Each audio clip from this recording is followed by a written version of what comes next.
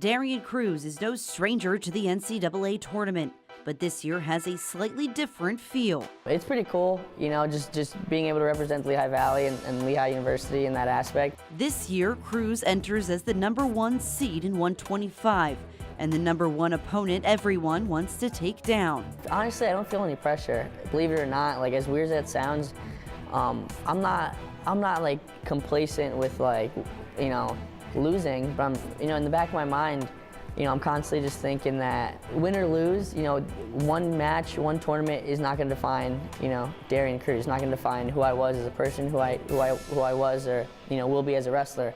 What he did last year is done. He's accomplished an amazing goal. No one can ever take that away from him. Right now, he's chasing a new championship.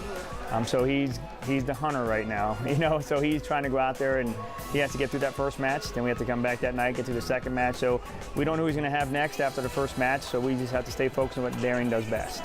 Cruz is one of 6 Lehigh wrestlers to earn top 16 seeds in their respective weight classes. But what's maybe more impressive is that the Mountain Hawks are sending wrestlers from all 10 weight classes for the first time in this qualification era. And for Cruz, their success is more important than his own. I'm excited, more excited than for myself, believe it or not.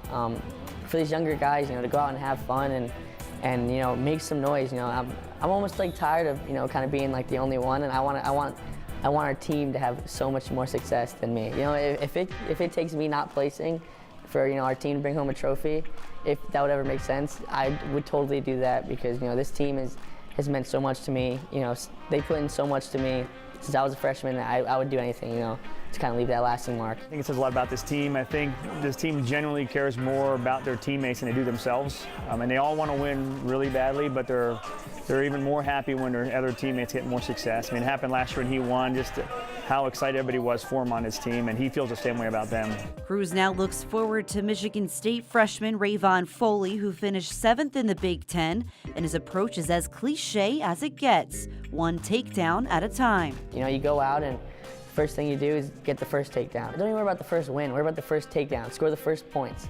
Then you start to score the next point, next point, next point. Now you got the first win. And you dumb it down to as simple as you can. And so, I mean, it's every kid's tough, First kid I have is a very tough kid, has some pretty big wins in the Big Ten, and everyone's gonna be trying to knock me off, but I'm confident in my training, I'm confident, in my ability, and I'm just gonna use, what I've been using, use my athleticism, and I know how to wrestle. It's a hard tournament, a lot of people freeze up, and, I did that 2 years ago in Madison Square Garden, and I kind of promised myself to never let that happen again, and, thank God it hasn't, so just wrestle and be athletic, I guess. We don't put numbers on it, we just go out there and perform at your highest level, and wins and losses will come. And it's a roller coaster ride, that tournament, but if you stay focused and take care of what you have in front of you, you'll be fine. Win or lose, the story of Darian Cruz will not end in Cleveland. For me, and this is the kind of mindset I kind of brought into college, this last season, I have aspirations of being, world champion, Olympic champion.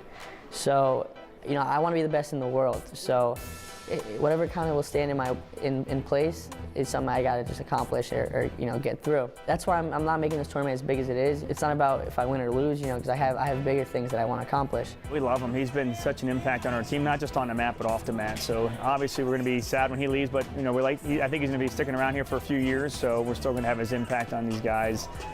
But yeah, you're never defined by a wrestling match. He knows that, and then at the end of the day, you train, you reach your goal, and then you move to the next one. And Darren's just trying to be the best he can be, and that's what's going to help him in this tournament.